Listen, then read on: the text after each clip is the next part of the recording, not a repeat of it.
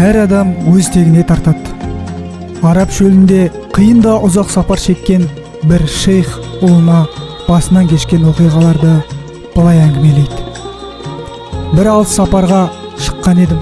Күн ұясына батып, төңірек қараңғылана бастаған кез, алыстан көзіме көрінген үйге қарай тұра жүрдім. Үйге жақындағанымда алдымнан бір әйел шықты.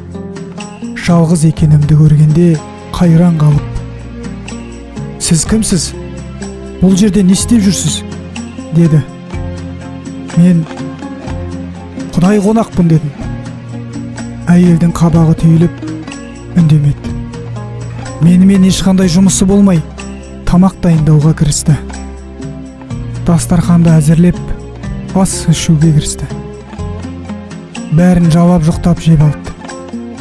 Бір кезде қолында сүт құйылған бақыр бар күйеуі келді де, мені көріп: "Бұл адам кім?" деп сұрады. Әйел еш мән берместен: "Құдай қонақпын дейді ғой" деп жауап берді. Әлгі кісі маған күлімсірей жақындап: "Амансыз ба? Қош келдіңіз. Келгеніңізге қуаныштымын" деп бір тостаған сүт ұсынды.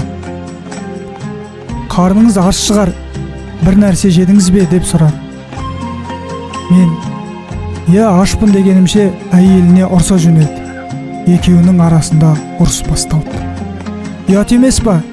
Қарныңды тығыздап тойдырасында қонаққа бір тілін нан беруге ойыңа да келмей ма сонда?" Сонда әйелі: "Оған не үшін тамақ берем?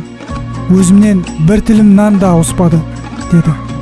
Күйеуі ашуланып далаға шығып кетті.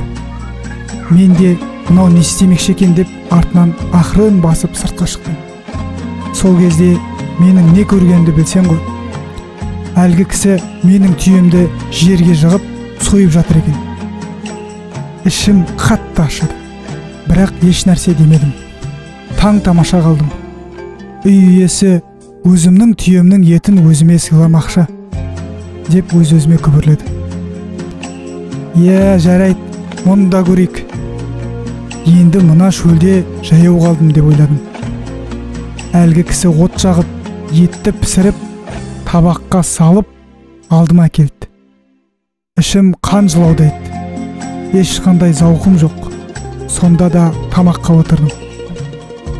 Тамақтан кейін үй иесі: "Аллахтың атымен ант етем, менің шатырыма келген адам ешқашан аш қалмас" деді. Бұл жағдайда не жылайтынымды, не күлерімді білмедім.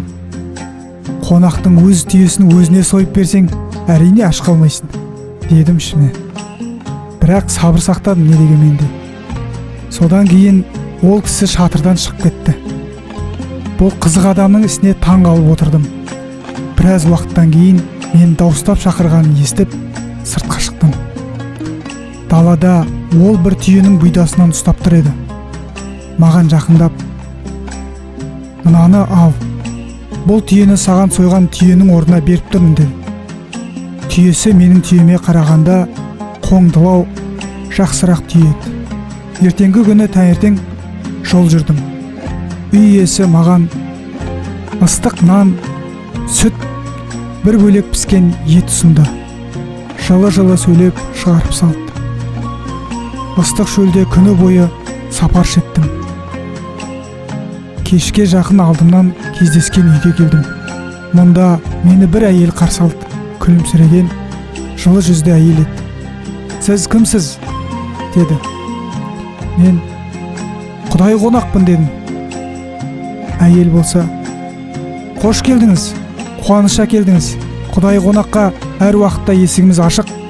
Жоғары төрге шығыңыз" деп мені ішке кіргізді. Өзі тездетіп тамақ дайындауға кірісті. Біраздан кейін дастарханға палау, қуырған тауық, құрма, бал әкеліп қойды. "Тамаққа келіңіз. Сізге үлкен дастархан жая алмағаным үшін ғафу етіңіз" деді. Қарным шұрылдап аш отыр едім, тамақ жеуге кірістім. Бір-екі түйір аузыма салғаным сол еді, әлгі әйелдің күйеуі кіріп келіп, суық зілді дауыспен: "Ей, бұл адам кім?" деді. Әйелі: "Құдай қонақ" деді. "Құдай қонақ біздің ғана үйімізді тауып па? Менің тамақтарым қайда? Әкел тезірек, деді отағасы. Әйелі: үйдегі бар тамақты қонаққа бердім, деді. Саған тамақты қонаққа бер деп кім рұқсат етті? Деп өз айыбына дүрсе қоя берді. Екеуінің арасында ұрыс басталды. Мен шыдай алмай күліп жібердім. Үй иесі маған сұсты көзбен қарап: неге күлесің ей? Деп сұрады. Мен басымнан өткен оқиғаны айтып бердім. Отағасы: ол айтқан әйеліңіз менің қарындасым, ал оның күйеуі әйелімнің ағасы еді, деді. Бұл кездейсоқ жағдайға таң-тамаша қалдым. Әр нәрсе тегіне тартады екен ғой, деп ойладым іштей.